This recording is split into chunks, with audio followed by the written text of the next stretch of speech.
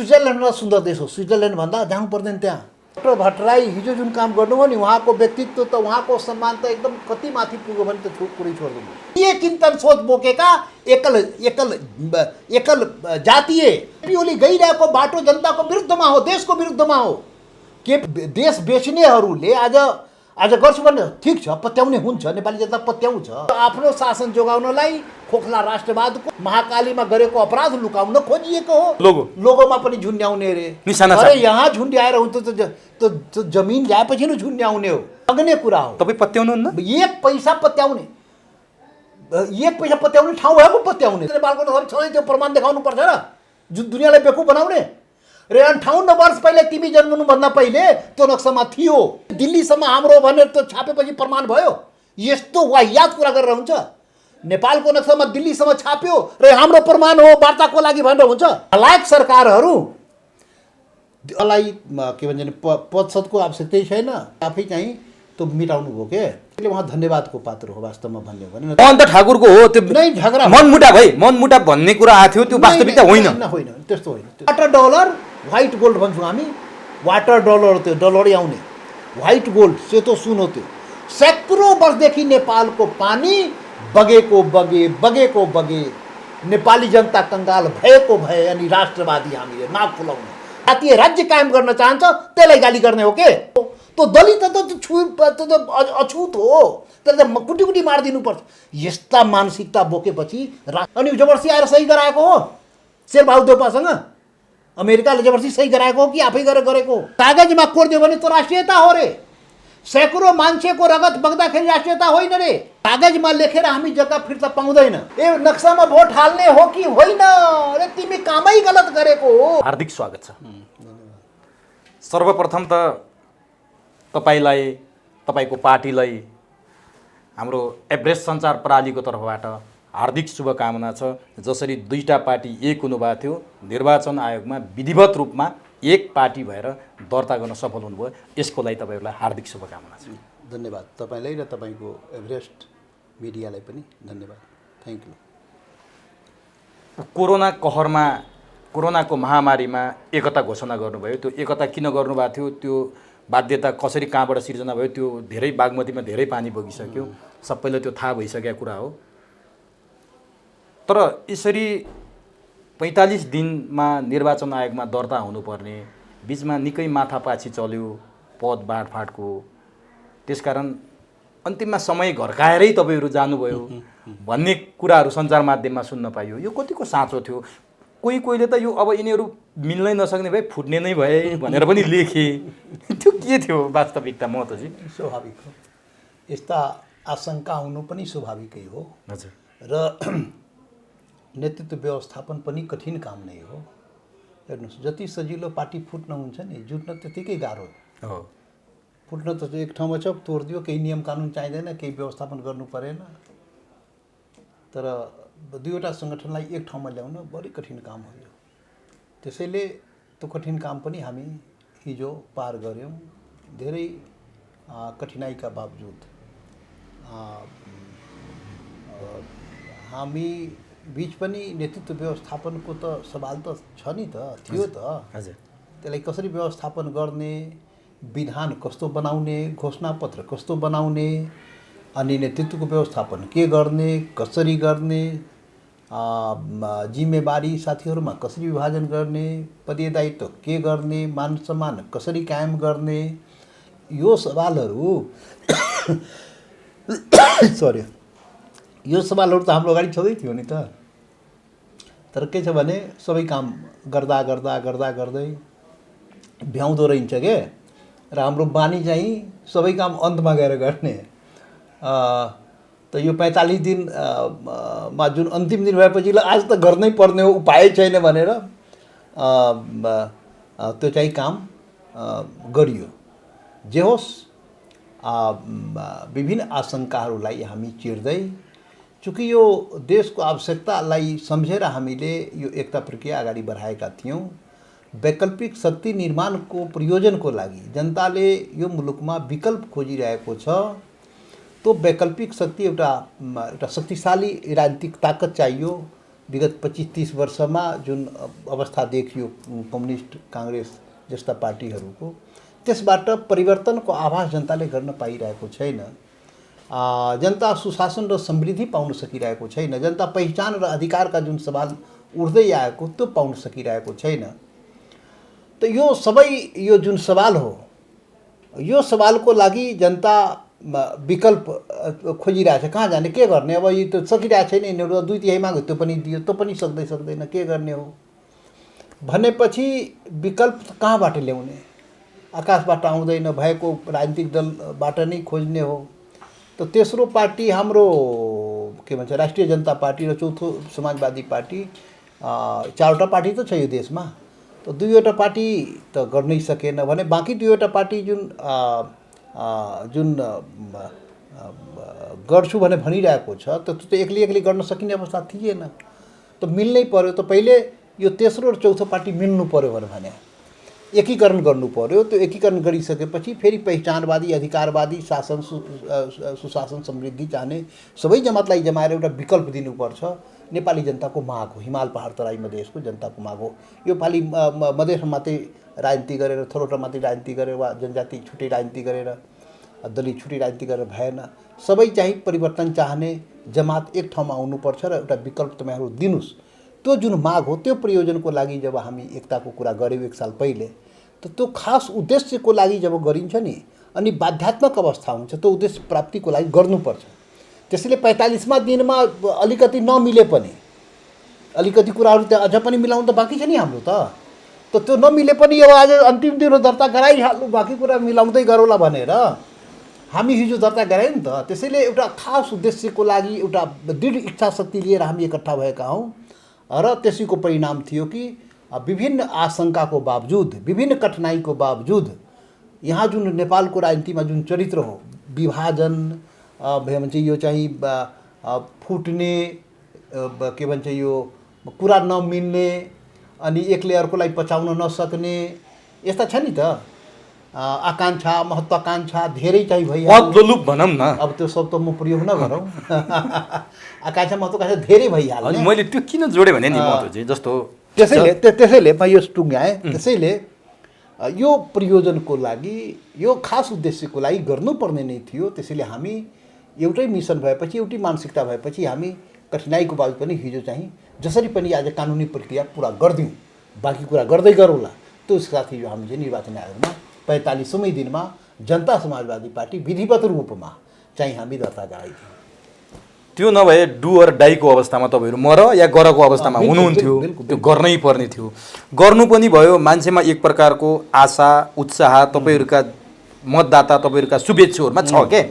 तर यही बिचमा तपाईँहरूले पटक पटक भन्नुहुन्थ्यो, अब त्यो कति लागु हुन्छ थाहा छैन, नस्लीय चिन्तन भन्ने भाषा चाहिँ तपाईँहरूले प्रयोग गर्नुहुन्छ नि। अब नस्लीय चिन्तनको कोपभाजनमा चाहिँ डाक्टर भट्टराई पर्नुभयो, सबै अटे, अध्यक्षमा 2 जना तराई मूलका मान्छेहरू हुनुभयो। पहाड मूलको डाक्टर बाबुराम भट्टराईको नाम पहिला चर्चा परिचर्चा निकै गरियो, दिनभरि सञ्चार माध्यममा 3 जना अध्यक्ष भनेर आयो।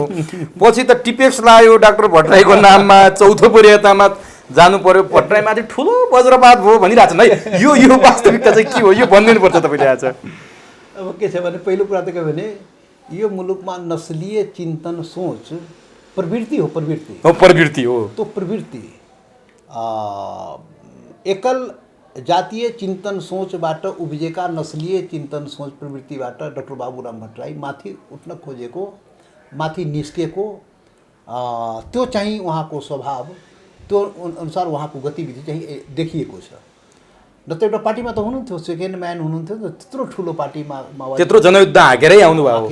त्यो त व्यक्तित्व भई देशको प्रधानमन्त्री भइसकेका मान्छे, उहाँको पहिचान को आवश्यकता हो। उहाँ त्यो कुन पदबाट उहाँको पहिचान हुने हो र त्यो प्राप्त गरिसकेका व्यक्ति हो के। त्यसैले यो जुन हिजोको कुरा तपाईँ जुन चर्चा गर्नुभयो कि दिनभरि चाहिँ अध्यक्षको के अरे सङ्घीय परिषदको अध्यक्षको रूपमा प्रचारित भएको, दर्ता हुने बेलामा टिपेक्स लगाइएको, त्यो त आएको छ नि त प्रश्न। यो प्रश्न तपाईँको जिज्ञासा हो र जो आएको पनि छ। त यो काम चाहिँ दर्ता गर्ने बेलासम्म पनि हाम्रा केही कुराहरू मिलाउन बाँकी रहेको भनौँ नि केही कुराहरू मिलाउने कसरी मिलाउने त्यो चाहिँ छलफलको लागि समय माग भइरहेको थियो तर हामीसँग हिजो समय थिएन के त्यो हिजो समय नभएपछि अब के गर्ने आज छलफल लागि समय चाहियो समय छैन निर्वाचन आयोगमा त मान्छे पुरेर बसिरहेको तर यत्रो 44 दिन के हेरेर बस्नुभयो भन्छ नि त्यो गर्दा गर्दै भ्याउँदैन नि यही त अब लास्टमा पनि केही न कुनै आइहाल्छ क्या कुराहरू आइहाल्छ त हिजो चाहिँ दर्ता गर्ने बेलामा बेलुकीसम्म त्यो चाहिँ एउटा समस्या चाहिँ आयो अब त्यो आन्तरिक कुराहरू यो कसरी तलमाथि यो लेख्ने भन्ने कुराहरू त्यो चाहिँ त्यसमा छलफल चाहिँ सुरु भयो अनि टुङ्गिरहेको थिएन तर समय त्यहाँ खस्किरहेको थियो अनि त्यही डाक्टर साहबले के भन्नु भने होइन अब समय त आजै गराउनु पर्ने जरुरी नै छ यो छलफल प्रक्रिया त जारी राखौँला हामी गरौँला केही छैन तर दर्ता त गराउनु पऱ्यो नि आज त अन्तिम समय हो 45 उहाँले चाहिँ कालकुट विष पिउनु भयो भने तपाईँ पिउनु भयो 45 दिन भइसक्दा दर्ता गराउनु पर्छ त्यसैले यसो गरौँ बाँकी कुरा पछि गरौँला मलाई कुनै पहिचान परिचय कुनै पदको हिसाबले मलाई जरुरी नै भएन बाँकी कुरा मिलाउनु होला र यो चाहिँ उहाँले आफै चाहिँ यो दर्ता गराउनुपर्छ र मेरो नाम उसमा के भन्छ भने यो उहाँको त सङ्घीय परिषदको अध्यक्ष नै थियो नि त त्यही त यहाँ मान्छे त उहाँले होइन अहिले ठिक छ बाँकी कुरा अरू साथीहरूले पनि हेर्नुपर्ने मिलाउनु पर्ने जरुरी थियो त अहिले यसो गरौँ दुईवटा अध्यक्ष त यो त हामी गरिसकेका छौँ के अरे मोहन ठाकुरजी र उपेन्द्र यादवजी त्यो राखेर दर्ता गराइदिउँ न अनि मलाई के भन्छ भने पदको आवश्यकतै छैन तपाईँहरू पद राख्नु भएको छ ठिक छ त्यो पनि अहिले छोडिदिउँ र वरिष्ठ नेता भनेको सबै कुनै पनि पदमा बसेको मान्छे वरिष्ठ नेता पार्टीमा रहन्छ काङ्ग्रेसमा छ कम्युनिस्टमा छ सब पूर्व प्रधानमन्त्री वरिष्ठ नेता छँदैछ त मलाई त्यसमा राखिदिनुहोस् उहाँले आफै चाहिँ त्यो मेटाउनु भयो के यो नराख्नुहोस् अहिले आफै मेटाउनु भयो आफै मेटाउनु भयो यो अहिले नराख्नुहोस् पछि चाहिँ गरौँला पछि राय सल्लाह गरेर गरौँला अहिले चाहिँ मलाई वरिष्ठ नेतामा राखिदिनुहोस् र दर्ता गराइदिनुहोस् वरिष्ठ नेता पनि के भन्छ नि यो जनजाति क्लस्टरलाई माथि राखिदिनुपर्छ सम्मान दिनुपर्छ त्यसले मलाई त्यो पछि राख्नुहोस् भनेर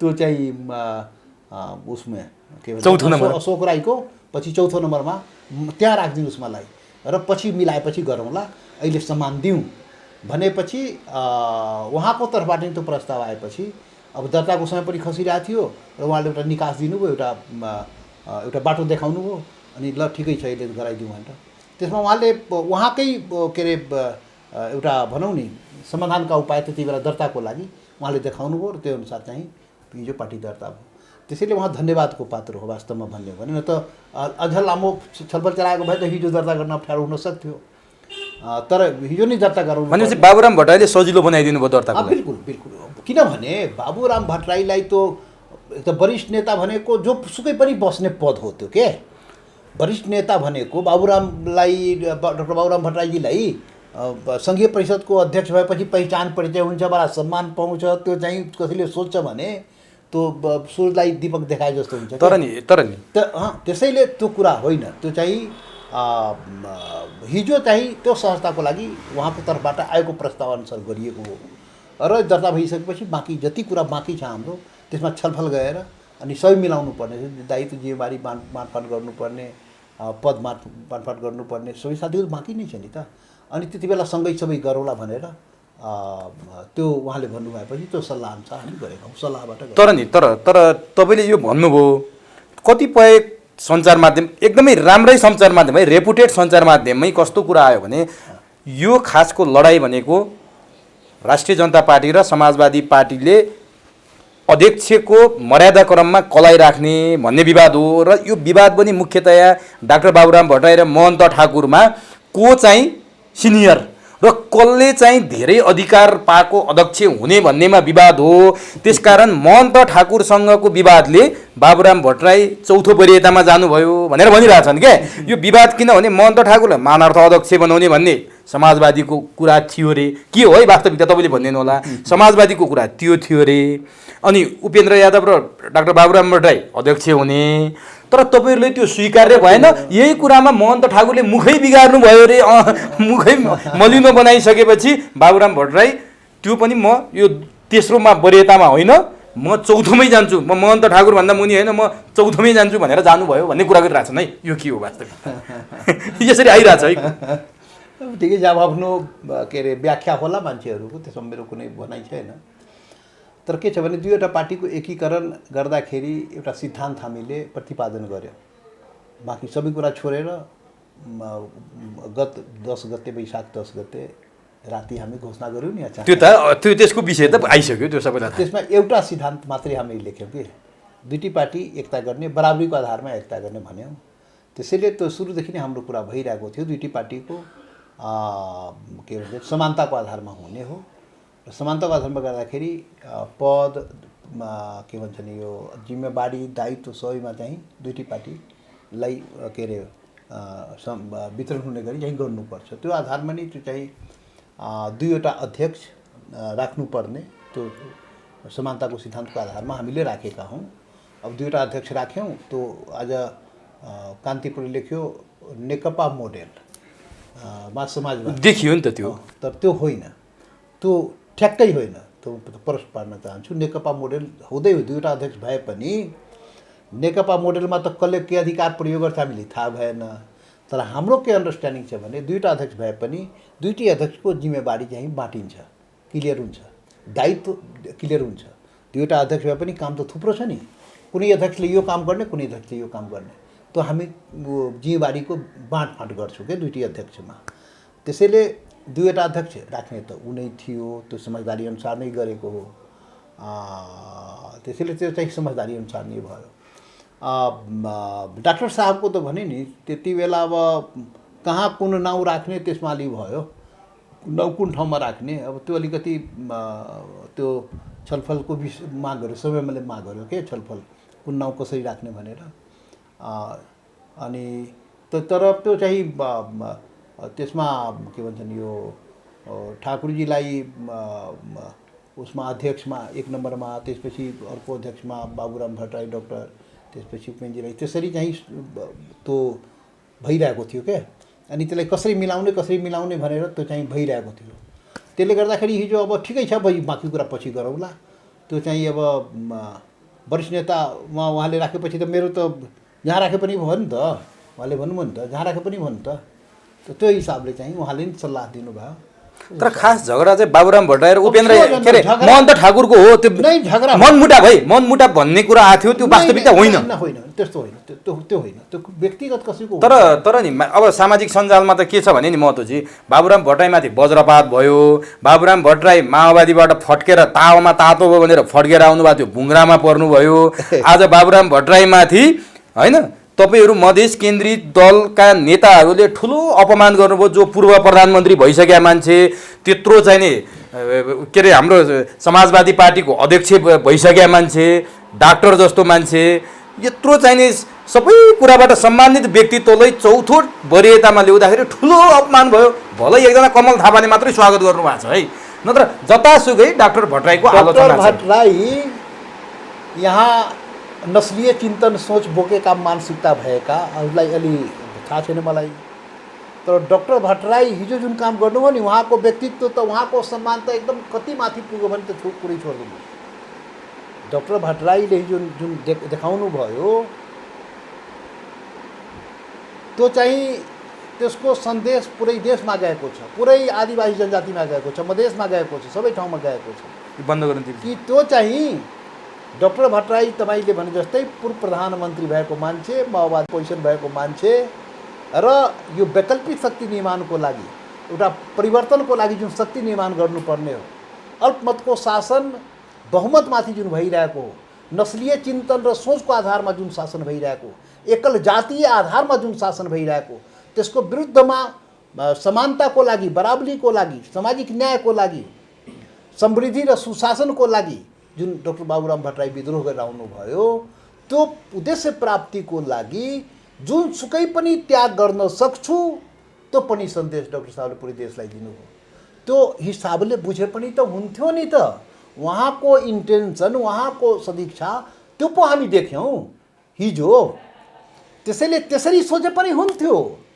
तर उहाँलाई भलो नचाहने, उहाँ चाहिँ त्यो मिसनमा जुन मिसनमा लागेको हामी त मिसनमा लागेर नि एकीकरणको कुरा आज एक वर्ष पहिले जुन हामीले सुरु गऱ्यौँ म आफै त्यो एकीकरणको लागि दिन रात मरिमेटेर काम गरेको न हो। त म आफै 5औं नम्बरमा गएँ नि त म त साहस भएर पनि काम गर्छु तर एकता गर भने नि त्यो मिसनको लागि। तर पनि साथीहरूले होइन नम्बरमा बस्नुपर्छ भने वरिष्ठ नेता साथीहरूले भने म त साहस बनाएर पनि एकता त गर्नुहोस्। जसरी डाक्टर साहबले भन्नुभयो मलाई 4 नम्बर राखेर पनि एकता गरिदिनुहोस्, वरिष्ठ नेता बनाएर एकता गरिदिनुहोस्। म त अझ त्योभन्दा साहस बसेर एकता गर्छु भने त के छ भने मिसनको लागि हामी सबैले आफ्नो ठाउँबाट देखाउनुपर्छ, उदारता देखाउनुपर्छ। तपाईँको पनि कुरा आएको थियो, तपाईँले त यो पार्टी एकता हुँदैन कि भनेर चिन्तित तपाईँ हुनुहुन्थ्यो रे। जसरी भए पनि बरु म त्याग गर्छु, राजेन्द्र महतोलाई कुन पद चाहिएन, बरु यो एकता पो हुन्छ कि हुँदैन भनेर तपाईँ चिन्तित हुनुहुन्थ्यो भन्ने पनि आएको छ। हो थियो त मैले बैठकमा भने मलाई तपाईँहरू केही सोच्नु भयो त्यो कुनै साथीले लिनुहोस्, मलाई साहस बनाइदिनुहोस् तर एकता गर्नुहोस्, मैले बैठकमा भनेको थिएँ। हो यो कुरा सार्वजनिक भएको राम्रा कुरा पनि सार्वजनिक हुन्छ नि त। डाक्टर साहबले पनि त्यही देखाउनु भयो के, डाक्टर साहबले पनि एकता त हुनुपर्छ, यो त खास उद्देश्यको लागि नै गर्न खोजा हो यो एकता। भनेपछि डाक्टर भट्टराई र महतो अलिक बढी चिन्तित हुनुहुन्थ्यो एकताप्रति हो। उहाँ पनि सुरुदेखि नै युनिफिकेसन हुनुपर्छ, वैकल्पिक शक्ति निर्माण गर्नुपर्छ सुरुदेखि नै लागेको र त्यसमा म पनि त्यसमै लागेको। त त्यो हामीलाई चिन्ता थियो, सबैलाई चिन्ता थियो। तर यो चाहिँ पदसद त यस्तै हो, केही छैन, एकता गरिहालौँ भन्ने थियो त गरियो नि त, हिजो त देखायो डाक्टर साहबले देखाउनु भयो। डाक्टर साहब प्रधानमन्त्री भएको मान्छे, त्यत्रो जनयुद्ध चलाएको तपाईँले स्वीकारिरहनु भएको छ। तर अर्को पनि छ नि, डाक्टर साहब पढाइमा पनि सधैँ अब्बल भएको, कहिले पनि दोस्रो नभएको मान्छेलाई राजनीतिमा चौथो बनाइदिनु भयो होइन, त्यसरी आयो क्या। अनि त्यो अब डाक्टर भट्टराईको राजनीति सकियो भन्छन् क्या मान्छेहरूले। डाक्टर साहबको राजनीति प्रारम्भ भयो त्यो अर्थमा त लिनुपर्छ नि। परिवर्तनको राजनीतिमा जुन उहाँले आकाङ्क्षा राख्नुभयो त्यसको बीजारोपण हिजो गर्नुभयो। त्यागको राजनीति कसरी हुन्छ त सिक है, त्यो पनि सन्देश दिनुभयो। त्यागको राजनीति कसरी हुन्छ त्यो पनि उहाँले भन्नुभएको छ, म पद चाहिने भए त म नेकपा माओवादीमै दोस्रो तहको नेता थिएँ, राइट भन्नुभएको छ। दुनियाँले हेर्नुपर्छ के त्यागको राजनीति। यहाँ त्यागको नेपालमा कस्तो राजनीति भयो भने त्याग तपस्या नीति सिद्धान्त आदर्शको राजनीति हराउँदै गएको छ के यो देशमा। त्याग तपस्या नीति सिद्धान्त आदर्शको राजनीति कमजोर भएको छ। त्यो पनि एउटा हाम्रो चिन्ताको विषय हो। त्यो त्याग तपस्या को राजनीति आदर्शको राजनीति त्यसलाई प्रमोट गर्नुपर्छ। तर नि यो समाज कस्तो बन्यो हेर्नु त, डाक्टर भट्टराईले पदको लागि त्यहाँ छोड्दै नछोड्या भयो नि, पद छोडेन पद लोलुप भनेर आरोप लाग्थ्यो।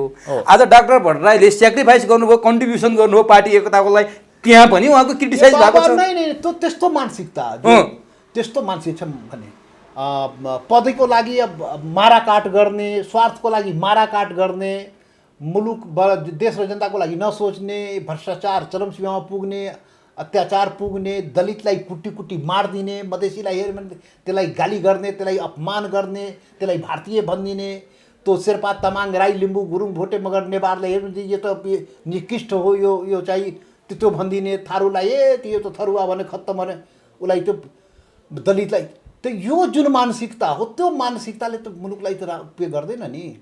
त्यसैले यसबाट माथि उठ्नुपर्छ र नीति सिद्धान्त आदर्शको राजनीतिलाई बलियो पार्नुपर्छ। मुलुकले जुन खोजेको परिवर्तन हो त्यो परिवर्तन जनताले पाइरहेको छैन नि त। त्यसको लागि त उच्च मनोबल चाहिन्छ नि, त्यागको भावना पनि। डाक्टर भट्टराईले प्रदर्शन गर्नुभयो, त्यो सङ्केत त्यतातिर लेखे हुन्थ्यो। जसले उसले त्यस्तो भन्यो उसलाई त्यो डाक्टर साहबले त्यो हिसाबले गरेर त्यो पनि भन्न सक्नु पर्थ्यो नि, भने त हुन्थ्यो नि, तर भन्दैन। मानसिकता त्यस्तो छैन। कमल थापाले त भन्नुभयो नि त, सबै कमल थापा जस्तो मानसिकता हुनुपर्छ नि त। त्यो लेख्नेले त्यसरी चाहिँ कमल थापाको चाहिँ जो विचार हो त्यो विचारलाई त्यो हिसाबले हेरे हुन्थ्यो। तर डाक्टर भट्टराईका पूर्व सहकर्मीहरूले त खुच्चिङ भनेर भनिदिइरहेछन् क्या, त्यो उहाँहरूलाई अब जिस्का पनि होलान्, जो सँगै राजनीति गरे त्यत्रो गरे। खुच्चिङ डाक्टर भट्टराई चोक्टा खान गएको थियो, झोलमा डुबेर मर्यो पनि भनिदिए क्या। अब यसमा समय खेर नफालौँ। हस् डाक्टर साहब एउटा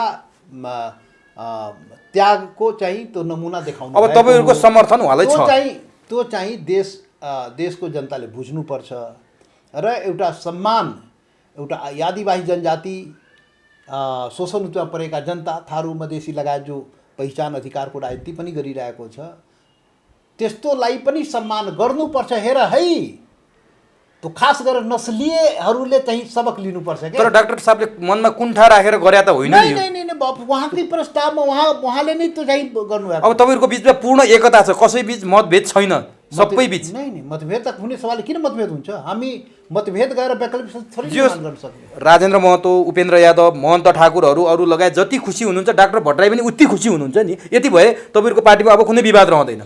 अब हिजो पार्टी जुन दर्ता भयो नि, हजुर। म जति खुसी छु नि, मभन्दा पनि कम खुसी डाक्टर साहब हुनुहुन्न के, उहाँ पनि त्योभन्दा बढी खुसी। ल ठिक छ, अब तपाईँहरूको पार्टीको यो कुरा छोडौँ। अब तपाईँहरूको पार्टी राम्रो गतिमा जाओस्, देशले निकास पाओस्। देश जुन जुन जर्जर अवस्थामा छ, यो जर्जर अवस्थाबाट जनता समाजवादी पार्टीले योगदान दिएर देशलाई सही मार्गमा ल्याओस्, यो हाम्रो शुभकामना छ। अब म देशको अरू विषयमा प्रवेश गर्छु। नक्सा प्रकरण। नक्सा प्रकरणमा तपाईँसँग योभन्दा अगाडि जमिन मिचिएको विषयमा मैले यहीँनिर छलफल गरेको थिएँ। जमिन सीमा बचाउने हामी हो भनेर तपाईँले त्यति बेला भन्नुभएको थियो। अब केपी ओलीले त्यो लिपुलेक, लिम्पियाधुरा, कालापानी जुन भारतले मिचेको भूमि थियो, त्यो भूमि चाहिँ नक्सामा समेटेर नक्सा सार्वजनिक पनि गर्नुभयो, केपी ओलीको सरकारले गर्यो। यसलाई ऐतिहासिक काम भनेर भनिराखेका छन्। तपाईँले चाहिँ कसरी लिनुभएको छ? यो ऐतिहासिक काम हो साँच्चै? केपी ओलीले अहिलेसम्म कुनै प्रधानमन्त्रीले गर्न नसकेको काम गर्नुभएको हो? बिल्कुल, यहाँका शासकहरूले ऐतिहासिक काम नै गर्छ। आफ्नै नक्साबाट आफ्नै भूमि उडाएर नक्सा छाप्छ, त्यो पनि ऐतिहासिक काम नै गरेको नि त। अनि महाकाली सन्धि गर्दाखेरि त्यो चाहिँ त्यो लिपुले कालापानी कहाँ हो त्यो नखोजिकन सही गर्छ र गराउँछ र संसदबाट पास गर्छ, त्यो पनि ऐतिहासिक काम नै गरेको शासकहरूले। कसले गरेको खोजी गर्नुहोस् न। र यो केपी ओली नै हुनुहुन्थ्यो त्यति बेला यो प्रमुख पनि ऐतिहासिक काम यहीँका शासकले के अरे नक्सामा छापेर चाहिँ त्यो ऐतिहासिक काम गरेको। त्यसैले कुराहरू आँखामा धुलो त्यो चाहिँ के भन्छ छारो हाल्ने काम चाहिँ गर्नु हुँदैन। म त यो मामलामा अलिकति मेरो फरक छ कुरा? फरक होइन, अलिकति ठाडो भनिदिन्छु। भनिदिनुहोस् के छ, के हो?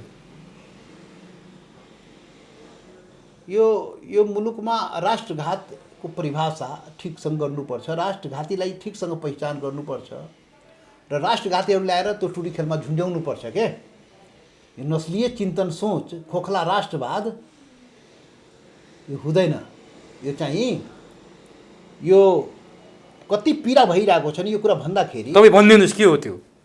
नक्सामा छापेर राष्ट्रवादी भनाउँदा त्यो कालापानी लिपुलेक छोड्ने नै आज नक्सामा छापेपछि राष्ट्रवादी हुँदो रहेछ। अनि जोडले यहाँ कराउँदो रहेछ के।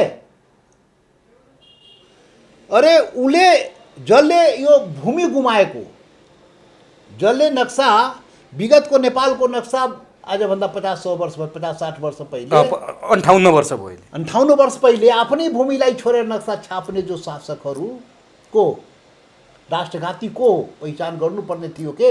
ढाक छोप गर्ने यहाँ चलन छ। यो ढाक छोप किन भइरहेको छ भनिदिनुहोस् आज, किन भइरहेछ यो?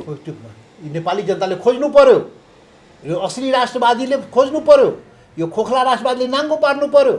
र यही केपी ओलीजी जो आज प्रधानमन्त्री हुनुहुन्छ, त्यो आजभन्दा 25 वर्ष पहिले महाकाली सन्धि हुँदाखेरि त्यो लिपुले के अरे कालापानी लिपुले लिम्पुवाधुरा कहाँ हो त्यो सम्झौता गर्दाखेरि त्यो नदी सिमाना सम्झौता गर्ने, अनि त्यो मुहान चाहिँ कहाँ हो भने पत्तो नराख्ने, अनि सम्झौता त्यो चाहिँ पार्लियामेन्टबाट पारित गराउने, हुँदाहुँदै त्यसको लागि आफ्नो पार्टी समेत विभाजन गर्ने, अनि आज फेरि उही व्यक्ति राष्ट्रवादी हुने। यो पत्याउने कसरी हो? यही कुरा म भन्न खोजेको। यही मलाई जब प्रश्न सोध्छ नि, हजुर, अनि मेरो प्रश्न हुन्छ के हो यो भएन। आफै धामी आफै झाँक्री भने यही होइन? यो चाहिँ आफै धामी झाँक्री त राम्रो कुरा हो। के भन्नुपर्छ ल भनिदिनुहोस् त? कुन शब्द प्रयोग गर्ने हो खोइ कुनी?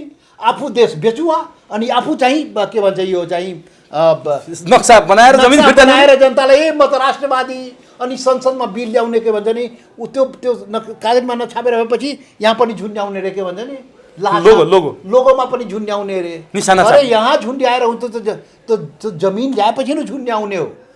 तो जब कालापानी लिपुलेक लिम्पुवाधुरा कागजमा छापेर नेपाली जनताले थोरै पाउने हो, उसको जग्गा त फिर्ता चाहियो नि त, जमिन त चाहियो नि त। तर एउटा प्रोसेस त भयो, हामीले भोलि प्रमाण भारतसँग राख्ने कुरा त भयो भन्छ नै, त्यसरी भनिरहेछ।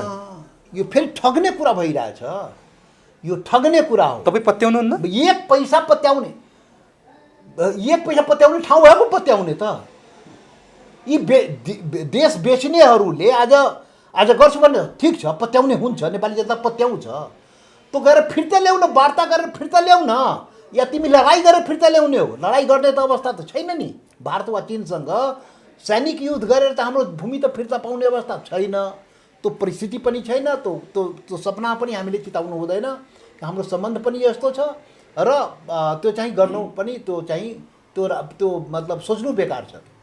त त्यो जमिन फिर्ता पाउनलाई कुनै पनि विवादित जमिन फिर्ता दुईवटा उपाय हुन्छ के, या त लडाइँ गरेर ल्याउनु पर्यो, या त कूटनीतिक, या त वार्ता गरेर ल्याउनु पर्यो।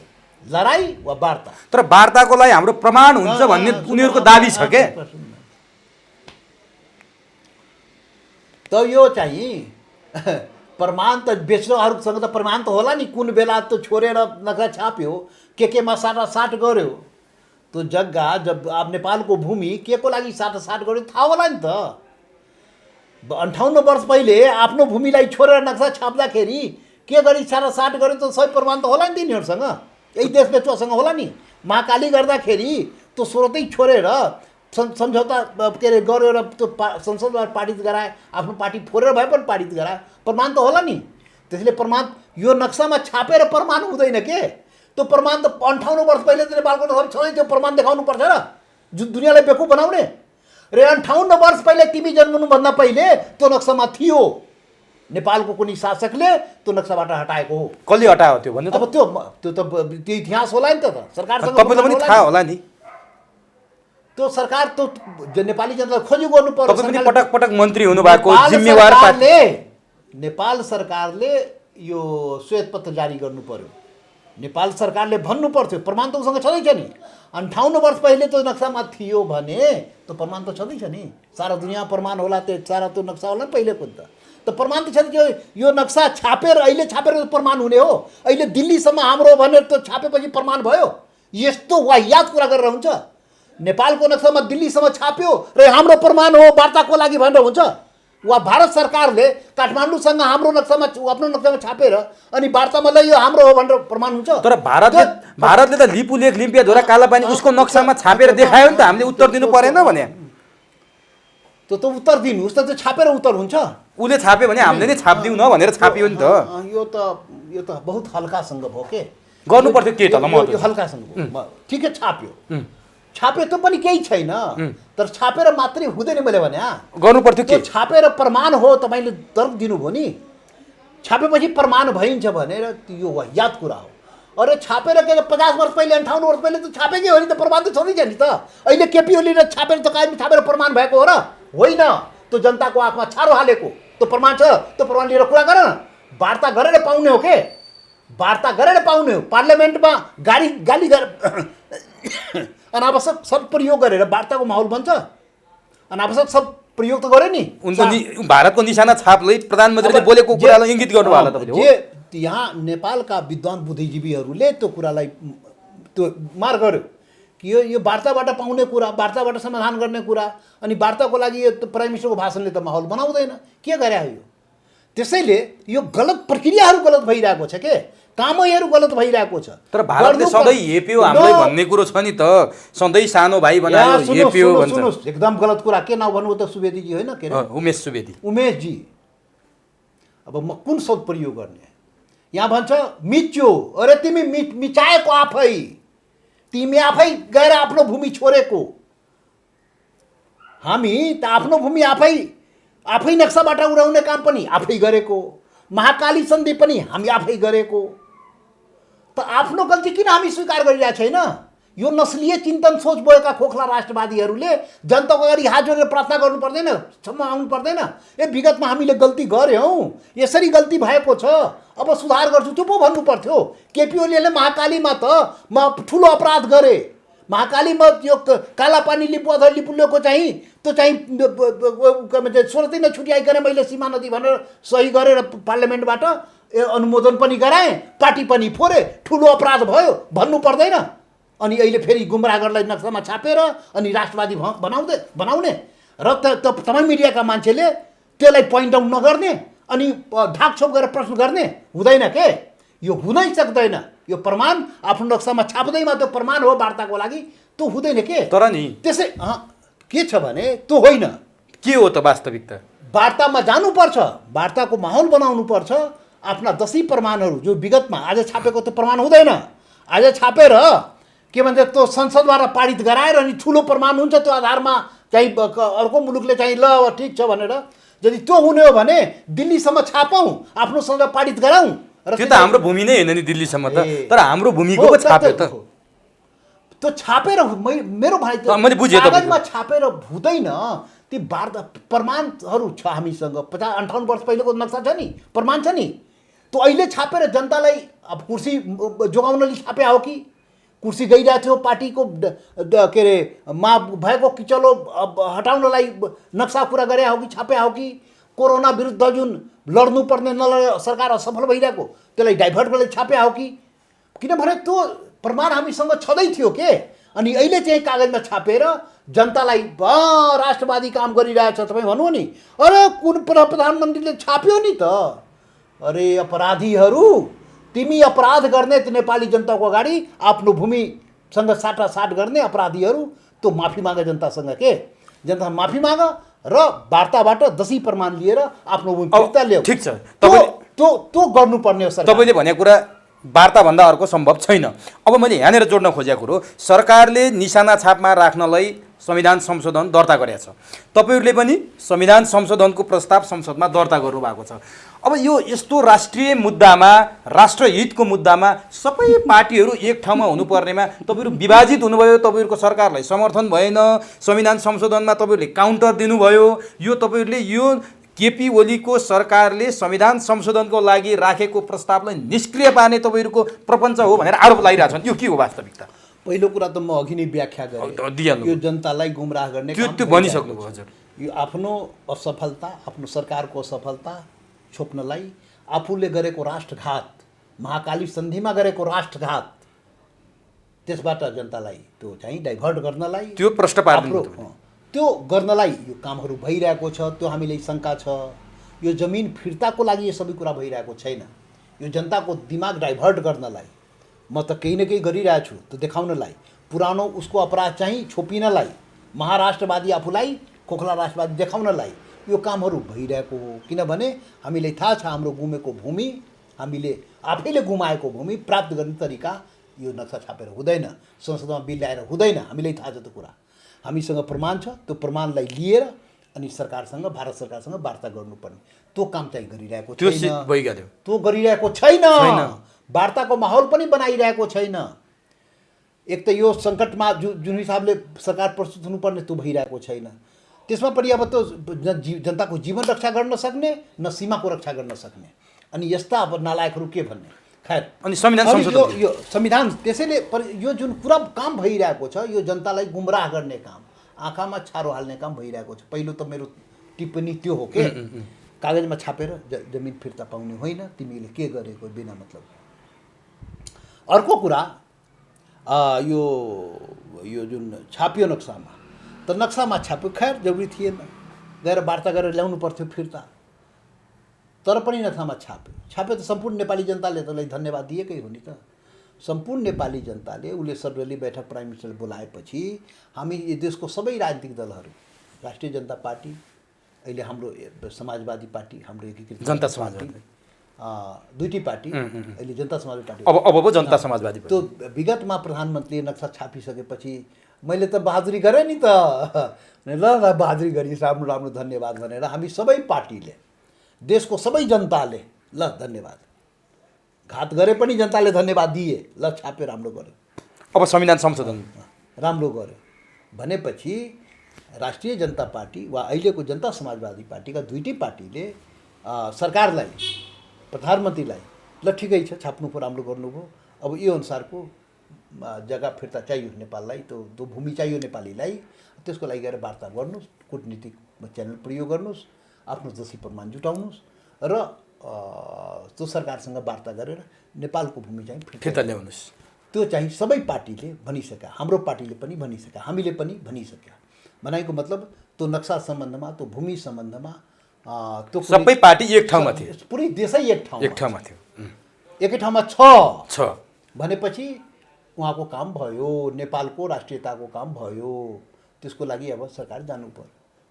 त्यो त क्लियर नै भइसक्यो भनेपछि अब अर्को चाहिँ उहाँ संसदमा प्रवेश गर्नु, संविधान संशोधनमा प्रवेश गर्नु। त्यसमा प्रवेश गरेपछि फेरि हाम्रो त्यहाँ हाम्रो आफ्नो त्यहाँ संविधान संशोधनको बारेमा हाम्रो रिजर्भेसन पहिलेदेखि नै तपाईँहरूको त्यो थियो। अब किनभने त्यो संविधान जुन जारी भयो त्यहाँबाट नै रिजर्भेसन। अँ। यो गोली हानेर छातीमा निधारमा टाउकोमा के भन्छ नि छाती र निधारमा गोली हानेर संविधान जारी गरेको। यो संविधानको अपनत्व सबैले स्वीकार गर्न सकेन।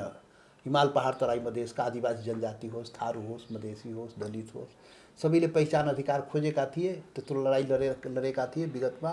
यी शासक वर्गले सम्झौता गरेका थिए, यी पार्टी काङ्ग्रेस कम्युनिस्ट माओवादीले सम्झौता गरेका थिए पार्टीहरूसँग। बनाउने बेलामा सबैले रद्दीको टोकरीमा फालिदिए र गोली चलाएर रगत जनताको रगत बगाएर अनि संविधान जारी गरे। त्यति बेला नै त्यो संविधानमा हाम्रो रिजर्भेसन रहेको छ। जब सरकार स्वयंले जब संशोधनको कुरा गर्छ अनि स्वाभाविक हो त्यहाँ जुन कामको लागि सैकड़ों मान्छे शहादत भएको छ के जान दिएको छ, देशको नागरिक शहीद भएको छ।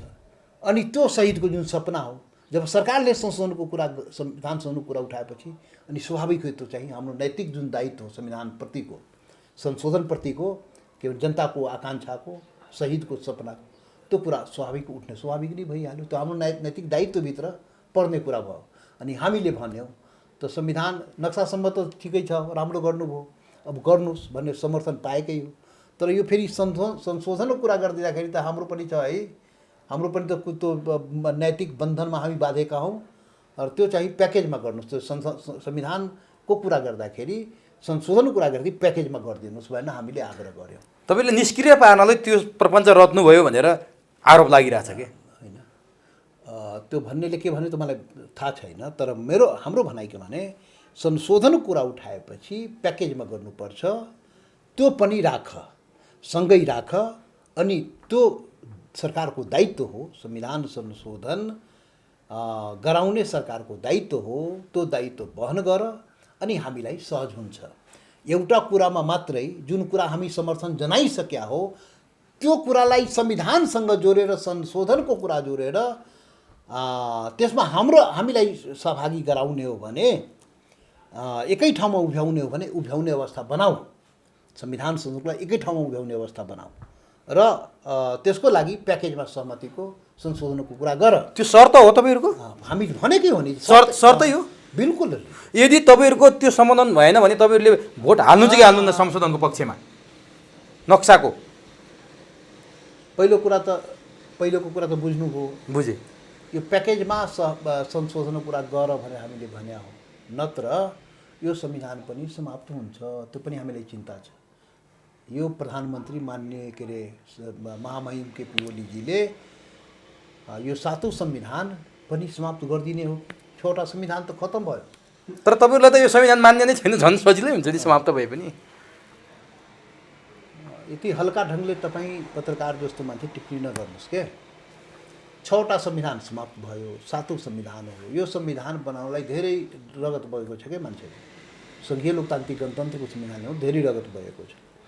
तर त्यो संविधान पनि पूर्णता पाउन सकेन। पूर्णता नपाएपछि अपनत्व ग्रहण गर्न अप्ठ्यारो हो। हिमाल पहाड तराई मधेसका जनतालाई, आदिवासी जनता यो अपनत्व भइरहेको छैन, मधेसीलाई भइरहेको छैन, थारूलाई भइरहेको छैन, दलितलाई भइरहेको छैन। एकल जातीय अहङ्कार, एकल जातीय हित रक्षाको लागि बनाउने डकुमेन्ट त के हुन्छ? त्यो त फालिन्न नि त। तपाईँले भने त फालिन्छ त। सर्वस्वीकार्य भएन नभएपछि फालिन्छ। तर यो संविधान ल्याउनलाई धेरै मेहनत गरेको छ नि जनताले, धेरैको रगत बगेको छ। धेरै रगत बगेको छ। हाम्रो आफै चाहिँ सङ्घीयताको लागि लोक त धेरै लडेको छ नि त हामी। त्यसैले यो संविधान जानु हुँदैन हाम्रो मनमा छ। तर केपी ओली प्रवृत्तिले यो संविधान पनि जोगाउन सक्दैन। र दुर्भाग्य कस्तो भने कस्तो हलुको पारामा नेपालमा चाहिँ यो संविधानलाई लिएको भने प्रत्येक यो 70 वर्षमा 7वटा संविधान बन्यो के नेपालमा।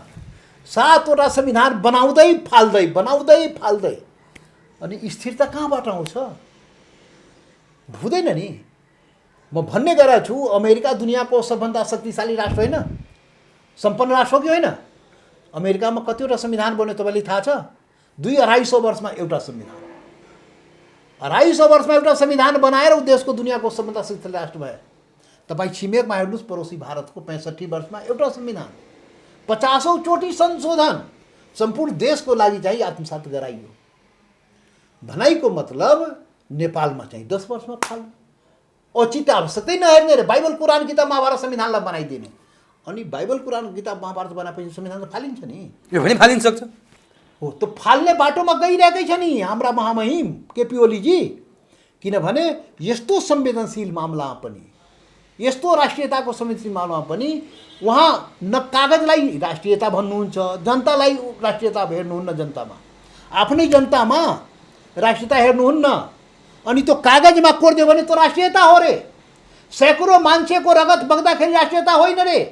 तो थारूको रगत राष्ट्रियता होइन, त्यो पहाडको आदिवासी जनजातिको रगत त्यो राष्ट्रियता होइन, त्यो मधेसीको रगत राष्ट्रियता होइन। कागजमा केपी ओलीले कोर्दियो लिम्बू अधुरा काला पानी लिपुले, त्यो राष्ट्रियता भयो। के भन्न खोज्या हो?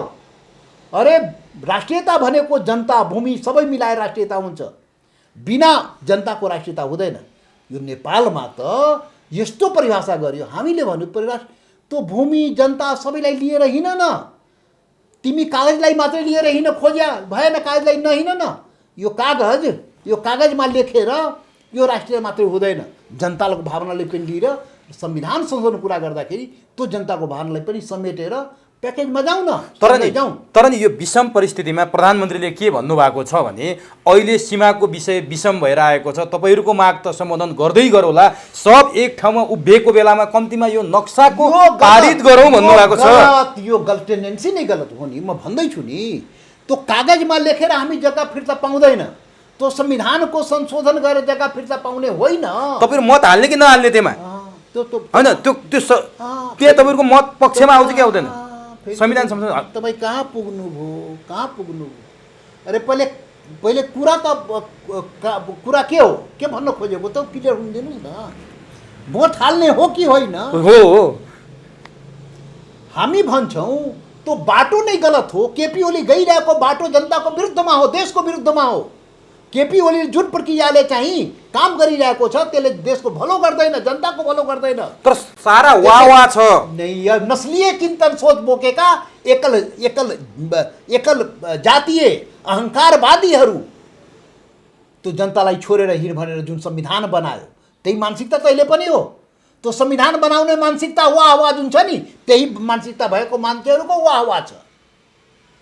त्यो आदिवासी जनजाति, दलित, मधेसी, थारू वाह त भने छैन। अनि त्यो जनता होइन। के भन्न खोज्या मुलुकलाई? यो अल्पमतको शासन बहुमतमाथि कहिलेसम्म राख्ने हो?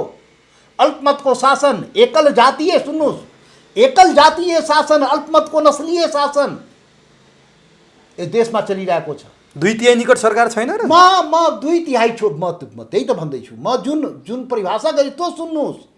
यो अब यो नपराउनुहोस् के 2/3 को सरकार, के 2/3 को सरकार? अल्पमतको सरकार, बहुमतमाथि शासन। कसरी? त्यही त भन्दैछु, त्यही त बुझ्नुहोस् न। हजुर, म के भने मधेसीमाथि शासन भइरहेको छ, 1/3 जनसङ्ख्या मधेसीको। आदिवासी जनजातिमाथि शासन भइरहेको छ, 1/3 जनसङ्ख्या। दलितमाथि जनसङ्ख्या, थारूमाथि शासन, त्यसको त्यति जनसङ्ख्या। समावेशिता त्यत्रो समानुपातिक प्रणालीबाट आएको छैन। फेरि तपाईँ कहाँ बङ्ग्याउनुहुन्छ यार? यो त यो चकलेट बाँड्ने काम यो छोड्नुहोस् के। यो शासन, यो देशमा विद्रोह के को लागि भइरहेछ? के को लागि जनता शेर्पा, तामाङ, राई, लिम्बू, गुरुङ, भोटे, मगर, नेवार सडकमा आइरहेछ? के को लागि त थारू मरिरहेको? के को लागि त दलित मरिरहेको छ? के को लागि त जनजाति मधेसी मरिरहेको छ? मैले भन्न खोजेँ के भने यो कुरा त स्वीकार गर्नुपर्छ। आज नगर त भोलि त गर्नै पर्छ नि। भनेपछि तपाईँहरूले माग राखेको संविधान संशोधन गरेपछि सबैको अधिकार पुरा हुन्छ? सुन्नुहोस् न, अब संविधान संशोधनको त त्यति त्यो 4वटा पोइन्टले त के होला र? त्यो व्यापक रूपमा जानुपर्छ नि। म अर्कै कुरा भनिरहेको छु। अल्पमतको शासन बहुमत माथि भइरहेको अलिकति व्याख्या सुनिहाल्नुहोस्, किनभने आज न भोलि त्यही हुने हो। आज न भोलि त्यही हुने हो नेपालमा पनि के। यो अल्पमतको शासन अब लामो चल्दैन बहुमतमाथि, किनभने त्यो आदिवासी जनजाति पनि जागिसके, मधेसी पनि जागिसके, थारू पनि जागिसके। के गर्नु? कसरी त यो जागिसके पनि यो चाहिँ बहुराष्ट्रिय राज्य हो। बहुराष्ट्रिय राज्य हो, यो सबैको देश हो। तपाईँले त्यो अस्ति एकता हुँदाखेरि लेखेको बहुल राष्ट्रिय राज्य त्यही हो? हो, बहुल राष्ट्रिय राज्य सबैको। यो त खतरा भयो नि त देशको लागि। अनि विखण्डन हुन्छ भन्छन्, विघटन हुन्छ भन्छन्, के हो यो त्यो? नस्लीय चिन्तन सोचबाट विखण्डन हुन्छ। यो बहुल राष्ट्रिय राज्य भनेको यो बाहुनको पनि राज्य हो, छेत्रीको पनि देश हो, थारूको पनि हो, शेर्पा, तमाङ, राई, लिम्बू, गुरुङ, भोटे, मगर, मधेसी। अहिले कहाँनिर असम्भव भएर महतोजी? म भन्दैछु नि, सबैको देश हो बहुल राष्ट्रिय राज्य भनेको। त्यो हो भने देश छुटाछुटी भने होइन के। यो चाहिँ यो थारूको छुट्टै देश, शेर्पाको छुट्टै देश, यो नेवारको छुट्टै देश, मधेस, त्यो भने होइन के। नेसनालिटी भनेको पहिचान भने के। बहुराष्ट्रिय भने बहुराष्ट्रियता भएको पहिचान, नेसनालिटी भनेको पहिचान हो, राष्ट्र देश भने होइन। यहाँ त यही त हो नि गुमराह गर्ने, यही विषयमा विवाद छ। गुमराह विवाद होइन नि, विवाद गराइएको के। यो त दुनियाँको चलन चल्तीवाला मल्टिनेसनल थ्योरी छ नि त। बनाइको मतलब राष्ट्रियता भनेको इतनी सिटी भन्ने, नेसनालिटी भनेको इतनी सिटी हो के, पहिचान हो। यो जुन विभिन्न के अरे समुदायगत जातिगत पहिचान जुन हो नि, त्यो सबैको देश हो। मैले भन्न खोजेको भने यिनीहरूको यो देशमा यो जुन शासन जुन परिस्थिति हो, प्रणाली हो, त्यसबाट सन्तुष्ट छैन नि हो। सन्तुष्ट छ र तपाईँ हेरिराख्नु भएको छैन?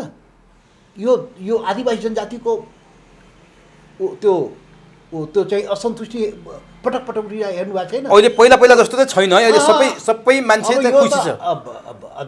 दबाइएर त्यो उयो गरेर त हुन्छ नि, त्यो सबै दिन दबाउनु मिल्दैन। त मैले भन्न खोजेको के भने अब समरीमा भनिदिनुहोस् त। यो हुँदैन, यसरी हुँदैन। फेरि कस्तो भने सबै एकल जातीय भन्दा फेरि तपाईँ त्यो बुझ्नु होला बाहुन। अरे बाहुन प्रवृत्ति त्यो एकल जातीय अहङ्कार बोक्ने केही छ के?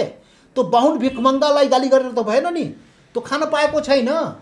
र फेरि त्यो बाहुनको संस्कृति भने म पटक भन्छु कि त्यो केपी ओलीजीले, प्रधानमन्त्रीले होली वाइन संस्कृति यहाँ भित्र्याउनु खोज्नुभयो, त्यसबाट त्यो बाहुनको संस्कृति रक्षा हुने हो र? हुँदैन नि। भनाइको मतलब उसको पनि संस्कृति। तपाईँले अब चाहेको चाहिँ के हो त? यही भनिदिनुहोस्। म त्यही भन्दैछु। तपाईँ क्षेत्रीय कुरा गर्नुभयो, देशको वास्तवमा रक्षा गर्ने त्यत्रो चाहिँ त्यो जनजातिहरू क्षेत्रीय त्यो लडाकु उसमा आउँछ नि त। अनि उसको पनि त्यही हाल हो, उसको पनि फ्रस्ट्रेसन हेर्नुहोस् न। भनेको शासनबाट फ्रस्ट्रेसन जुन हो, वितृष्णा जुन हो, असन्तुष्टि हो, त्यसलाई सम्बोधन गर्ने उपाय खोज्नुपर्छ। के हो त्यो? त्यो उपाय यही अधिकार दिने हो, उसको पहिचान दिने हो, सांस्कृतिक राष्ट्रवाद स्थापना गर्ने हो, एकल जातीय अहङ्कारबाट देशलाई मुक्ति चाहिने हो। के भन्छ यो खोखला राष्ट्रवाद देशलाई। त्यो तपाईँले संविधान संशोधन राख्नु भएको छ नि, त्यसमा छ कि छैन यो कुरा? त्यो एउटा संशोधनले त प्रतीक न हो। अब कसरी हुन्छ त त्यो राम्रो संविधान बनाउनु, त्यो हाम्रो संविधान भएपछि राम्रो संविधान, फेरि अर्को संविधान बनाउने? त्यो संविधानमा आवश्यक संशोधन गर्नु पर्यो। अब यो त केपी ओलीले अब त औचित्य आवश्यकताको आधारमा संशोधन गर्छु भन्ने, कहिले पनि नगर्ने भनेपछि त्यो भयो त भएन नि। त्यसैले यो प्रवृत्ति नै गलत हो के यहाँ प्रवृत्ति। अब हामी विषयमा प्रवेश गरौँ। यसमा चाहिँ तपाईँ नक्साको कुरामै आउनु हो। फेरि अब नक्साको कुरामा मैले भन्न खोजेँ के भने नि महतोजी, जस्तो तपाईँले राखेको संशोधनको प्रस्ताव र सरकारले राखेको संशोधनको प्रस्ताव प्याकेजमै डिल हुनु पर्यो भन्ने तपाईँको माग हो? हाम्रो सिधा भनाइ हो। अब यदि सरकारले तपाईँहरूको माग सम्बोधन गरेन, त्यो संशोधन गरेन भने तपाईँहरूले नक्साको पक्षमा संशोधनमा मत हाल्ने कि नहाल्ने, यो भनिदिनु न तपाईँ। यही हो कि चुरो कुरो? यही हो। यो प्रश्न नस्लीय चिन्तन सोचबाट उब्जेको प्रश्न हो। यो एकल जातीय अहङ्कार, एकल नस्लीय खोखला राष्ट्रवादबाट उब्जेका केपी ओली प्रवृत्तिबाट उब्जेका प्रश्न हो। नक्सामा भोट हाल्ने हो कि होइन? अरे तिमी कामै गलत गरेको हो। त्यो नक्साको कुरा, भोट हाल्ने कुरा जुन गर्यो, त्यो जग्गा फिर्ता पाउने त्यसको लागि थिएन। अब हामीलाई हर्ट गर्ने कुरा तिमी संविधान संशोधनको कुरा उठाउँदाखेरि, हाम्रो कुरा तिमी नगरिदिँदाखेरि हामीलाई चित्त हामी पनि गर्दैनौँ भन्न खोजे। हामीलाई चित्त दुखेको छ। तपाईँले जसरी भन्न खोजाउनु भयो त्यो त्यति सहज कहाँ छ र कि तपाईँले भनिदिनु? अनि केले अप्ठ्यारो पारेछ भन्न? त्यो अप्ठ्यारो फुकाम न तपाईँ उतातर्फ डाइभर्ट गर्नुहोस् न। यो केपी ओलीले राष्ट्रियताको सवालमा कमजोर हो। जनतालाई राष्ट्रियता मानेन। शेर्पा, तामाङ, राई, लिम्बू, गुरुङ, भोटे, मगर, नेवारलाई राष्ट्रियता मानेन, मधेसीलाई मानेन, थारूलाई मानेन, तो दलितलाई मानेन। यो सबैलाई राष्ट्रियताको परिधिभित्र राख्न सकेन। इभन बाहुन क्षत्रियलाई पनि राखेन। यो कुर्सी जगाउने राष्ट्रियता हो के? नक्सा बेच्ने, जमिन बेचेर के छोडेर नक्सा छाप्ने, महाकाली सन्धि गरेर आफ्नो चाहिँ जमिन चाहिँ छोड्ने, भनेपछि- अनि अहिले आएर अनि त्यो खेती गर्ने, राष्ट्रियताको खेती गर्ने, तर त्यो चाहिँ जमिन फिर्ता नल्याउनु, त्यो गलत तरिका गलत हो। अब तपाईँ आइहाल्नुभयो, तपाईँले त जवाब नदिकन हुँदैन भनेपछि के छ भने, नम्बर 1 यो नेपालको नक्सा कालापानी लिपुलेक र लिपुअधुरा यो नेपालको नक्सामा थियो 58 वर्ष। त्यो नेपालको भूमि रहेकोले त नेपालमा थियो त्यो नक्सा, त्यो नेपाली भूमि हो। त्यो प्रमाणित भइसकेको कुरा, त्यसले नक्साको जरुरी नै छैन। यो आफ्नो शासन जोगाउनलाई खोखला राष्ट्रवादको केपी ओली प्रवृत्ति हापी गराउन खोजिएको हो, महाकालीमा गरेको अपराध लुकाउन खोजिएको हो, त्यसले यसको जरुरी नै थिएन। भनेपछि यो संविधान संशोधनको पनि जरुरी छैन। थिएन जरुरी। त्यो आदिवासी जनजाति, मधेसी, मुस्लिम थालु उठाएका त्यो संशोधन त्यो जरुरी थियो, जो जरुरी थिएन। जुन जरुरी थिएन त्यो काम गरेर राष्ट्रवादी बन्दो रहेछ। त्यो जनताले जुन रगत बगायो त्यसको लागि त्यो राष्ट्रवादको जुन काम गर्नु त्यो चाहिँ गरिरहेको छैन। भनेपछि तपाईँहरूको समर्थन छैन। फेरि तपाईँ मेरो कुरा चाहिँ भन्न पाउनुहुन्न क्या। त यो चाहिँ गलत काम भइरहेको हो, त्यसबाट नेपाली जनताले भूमि फिर्ता पाउँदैन। तर पनि नक्सा छापेकोमा, त्यो चाहिँ कालापानी लिपु नेपालको नक्सामा छापेकोमा धन्यवाद हामी दियौँ, त्यसप्रति सबैको समर्थन। ठिक छ। त्यसमा हाम्रो समर्थन भइसकेपछि बाँकी कुराको कुनै अर्थै छैन। समर्थन दिइसकेपछि अनि त्यो चाहिँ के भन्छ नि, यो संसदको बिलमा त हामी भनिहाल्यौँ नि। त्यसैले पहिलो कुरा त्यसमा समर्थन छ, त्यो त्यसरी बुझौँ। समर्थन भएपछि पुगिहाल्यो नि। संसदको बिलमा समर्थन छैन। अब समर्थन संसदको बिलको सन्दर्भमा अहिले आजको दिनमा जनता समाजवादी पार्टीको एउटा कार्यकर्ताको हैसियतले मैले त्यो कुरा बोल्नुपर्छ। अब बोलिदिनुहोस् त्यो। अब के छ भने, जनता समाजवादी हिजो चाहिँ दर्ता भयो, अझ त्यसको सन्दर्भमा यो पार्टीको बैठक भएको छैन। अब त्यो भोटिङभन्दा पहिले यो पार्टीले त्यसमा चिन्तन सोच गर्छ, अहिले भन्ने अवस्था छैन। र त्यति बेला जे निर्णय गर्छ त्यही अनुसार अगाडि बढ्छ। त्यसैले त्यो सम्बन्धमा अहिले यो पार्टीको जनता आधिकारिक धारणा त्यो आएपछि नै सार्वजनिक गर्ने। तर त्यो नक्सा सम्बन्धमा त हाम्रो सबै समर्थन भइसकेकोले यो प्रश्नै गौण हो के। यो नस्लीय चिन्तन सोचबाट केपी ओली प्रवृत्तिबाट उब्जाइएको प्रश्न हो र यो राष्ट्रघाती प्रश्न हो। यो काम पनि राष्ट्रघाती, केपी ओलीले गरिरहेको काम राष्ट्रघाती हो के। किनभने हामीलाई थाहा छ त्यो वार्ताको टेबलमा जानु छ, सम्बन्ध बिगार्नु छ, उल्टापल्टा काम गर्नु छ र जनताको पीडा, संविधानसँग पीडा जुन छ त्यसलाई पनि उक्साइदिनु छ, त्यसलाई पनि के अरे त्यो के भन्छ अझ उसलाई पीडा पुर्याइदिनु छ। अनि यसरी गरेर कसरी लिन्छ यो? अब नि तपाईँले यति भनिहाल्नुभयो, प्रष्टै पारिदिइसक्नुभयो। अहिले म बोल्दिनँ, यो हाम्रो पार्टीले निर्णय गर्छ भन्नुभयो। ठिक छ। संसदभित्र जुन गतिविधि देखिया छ नि, भारतीय चेली भनेर चाहिँ नि प्रहार, एउटा त्यो जनजातिकै सांसदबाट उहाँ पार्टी अर्कै हुनुहोला, उहाँको प्रहार, अर्कोको प्रहार, अर्कोको हो, यो के भएको भनेको संसद छोड्नुहोस्। अब त्यो कुरा नउठाउनुहोस् के। यो के भएको भने यहाँ त प्रायोजित कुराहरू पनि त हुन्छ नि हो। यो त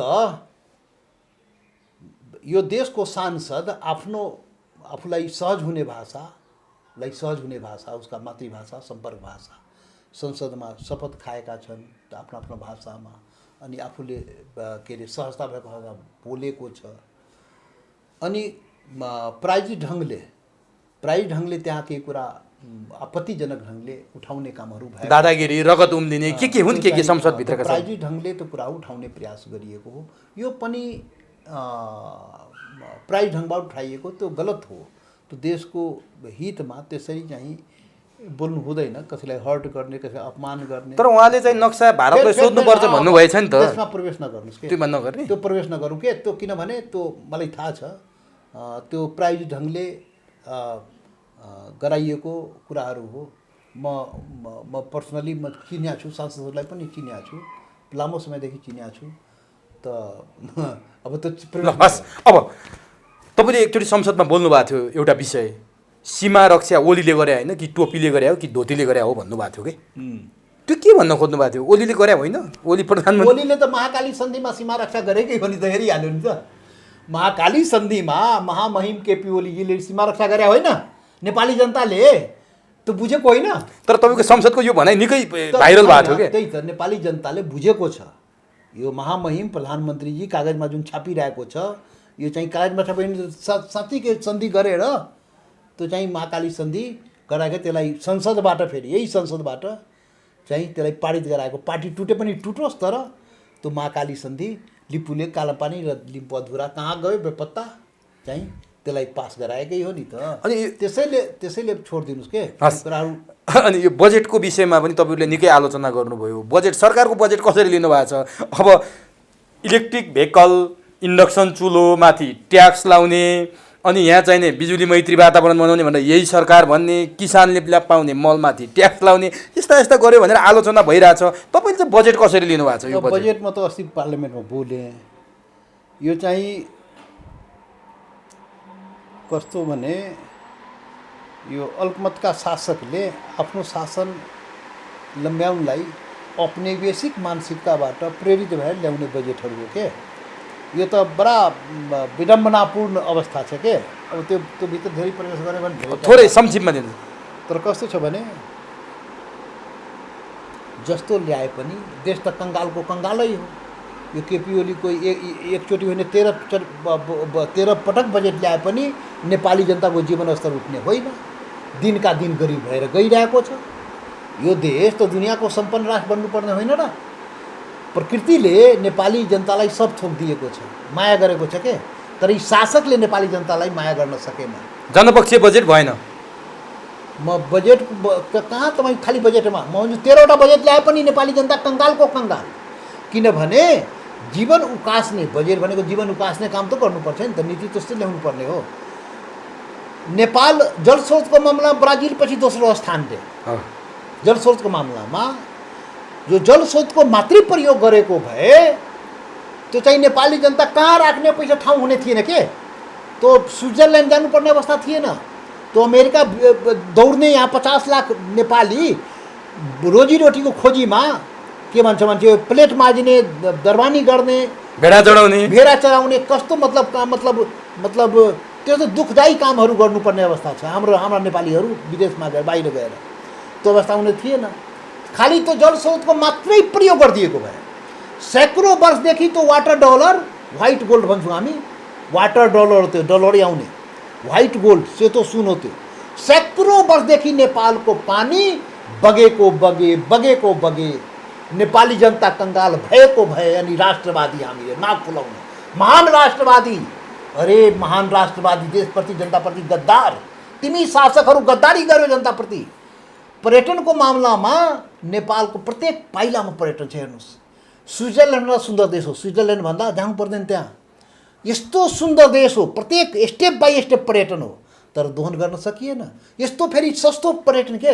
अरबौँ पपुलेसन, चीन र भारत अरबौँ पपुलेसन जनसङ्ख्या भएको बिचको देश, सबभन्दा सस्तो पर्यटनहरूको अमेरिका स्विजरल्यान्ड जानु पर्दैन कुनै भारतीय वा कुनै चाइनिजको लागि।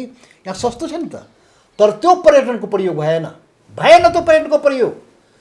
सगरमाथा यही हो, दुनियाँको सबभन्दा के भन्छ नि अग्लो सगरमाथा पर्यटनको लागि। लुम्बिनी यही छ। लुम्बिनी यही हो, बुद्ध जन्मेको देश। पशुपति जनकपुर। त्यो हामीले ब्रिफिङ गर्न सकेन हो। त यस्तो मतलब नेपाली जनता त स्वर्गमा बस्नुपर्ने अवस्था थियो नि त, नर्कमा पुर्याइयो।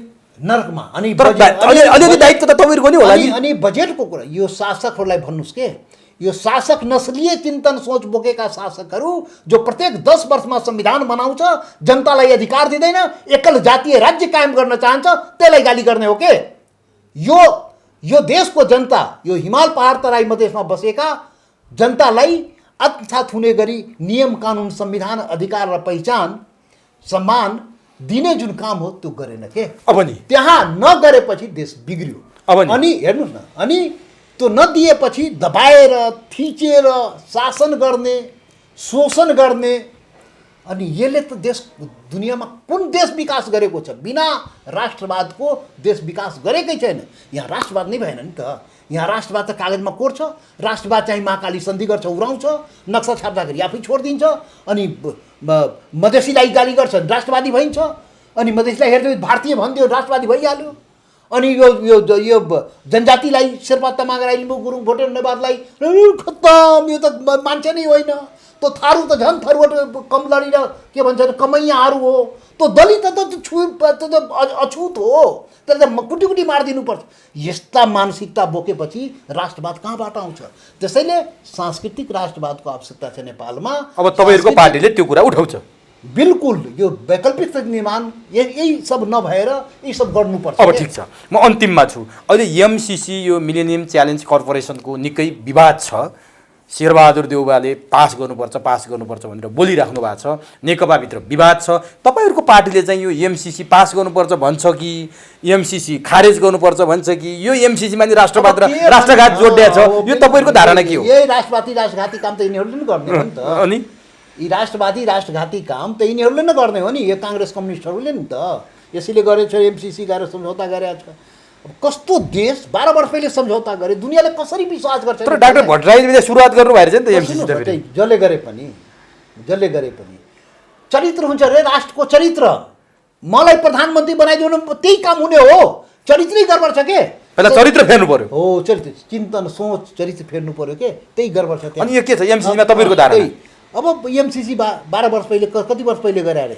2017मा सम्झौता चाहिँ 2017मा भयो, 3 वर्ष भयो सम्झौता भएको छ। तर त्योभन्दा पहिलेदेखि त भइरहेको प्रोसेस चाहिँ 2011 देखि भएको। 11 देखि भएको, आज 9 वर्ष त्यति वर्षदेखि भएको। 3 वर्ष पहिले सम्झौता भएको। सम्झौता गर्छ, फेरि अब गरौँ कि नगरौँ फेरि भन्छ। अरे त्यो सम्झौता गर्ने बेलामा सोच्नु पर्छ नि, के गरे? यो देशमा त्यति बेला थिएन सरकार, अनि प्रतिपक्ष थिएन, सोच्नु पर्दैन। सरकार र प्रमुख प्रति यिनीहरू न काङ्ग्रेस कम्युनिस्ट न हो। अनि एमसिसी देशको हितमा कि होइन? अनि जबरजस्ती आएर सही गराएको हो शेरबहादुर देउवासँग? अमेरिकाले जबरजस्ती सही गराएको हो कि आफै गरेर गरेको? मागेको हो के? नेपालको हितमा आउँछ भने मागेर सही गराएको। त्यो त चिन्तन गर्नुपर्छ, देशको हितमा हो कि होइन चिन्तन गरेर नै गर्ने, सही गर्ने हो। अनि अब के आधारमा के सही गर्छ? अनि गरिसकेपछि यो हुँदैन ऊ हुँदैन भने हामी फेरि हाम्रो बानी हो, त्यहाँ राष्ट्रघात लुक्या होला के होला।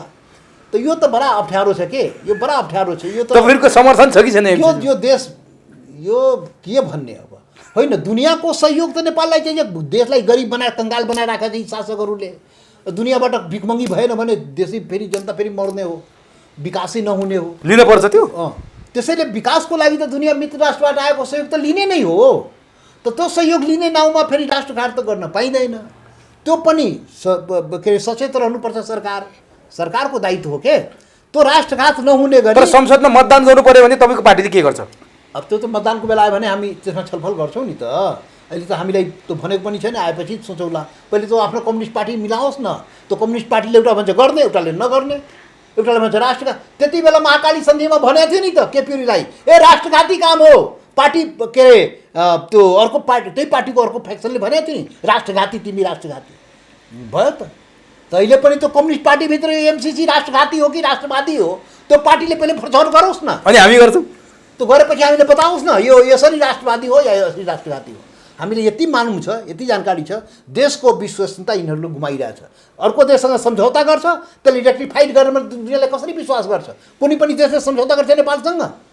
यो नलायक सरकारहरू नेपालको विश्वसनीयतालाई पनि काम राख्न सकिरहेको छैन। त्यसैले गलत भइरहेछ के? त्यसैले एमसिसी विदेशी सहयोग हो, सहयोग त हामी लिने नै हो। अब सहयोग लिँदाखेरि त्यसमा टर्म्स एन्ड कन्डिसन के हो?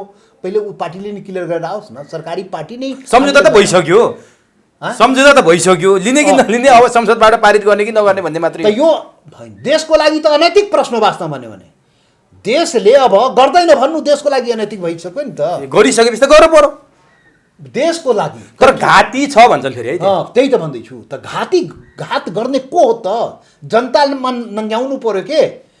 यो के छ भने देश यो खलाची होइन, खेलाची पटक्कै होइन। देश बिचको सम्झौता गर्नुभन्दा पहिले नि सोच्नुपर्ने कुरा हो। नत्र नेपालसँग कुनै राष्ट्रले दुनियाँमा केही सम्झौता गर्दैन कि यो पाखण्डी यिनीहरूले सही गर्छ यहाँका शासकहरूले र गएर त्यहाँ फेस गर्दैन, आफू जनतालाई कन्भिन्स गर्न सक्दैन। विश्वसनीयता गुमाउने सम्भावना हुन्छ। विश्वसनीयता हो त्यो चाहिँ गुम्ने अवस्थामा देखिरहेको छु। त्यो राम्रो भइरहेको छ। अब अन्तिममा म सकेँ कार्यक्रम। तपाईँहरूको पार्टी चाहिँ देशको वैकल्पिक शक्ति बन्न सकोस्। हिजो मात्रै तपाईँहरू दर्ता हुनुभएको छ, मैले फेरि पनि भने, र देशलाई यो जर्जर अवस्थाबाट मुक्ति दिनमा तपाईँहरूको पनि भूमिका होस्, हाम्रो शुभकामना छ। हस्, आफ्नो मूल्यवान बनाइराखिदिनु, यसको लागि हार्दिक धन्यवाद छ।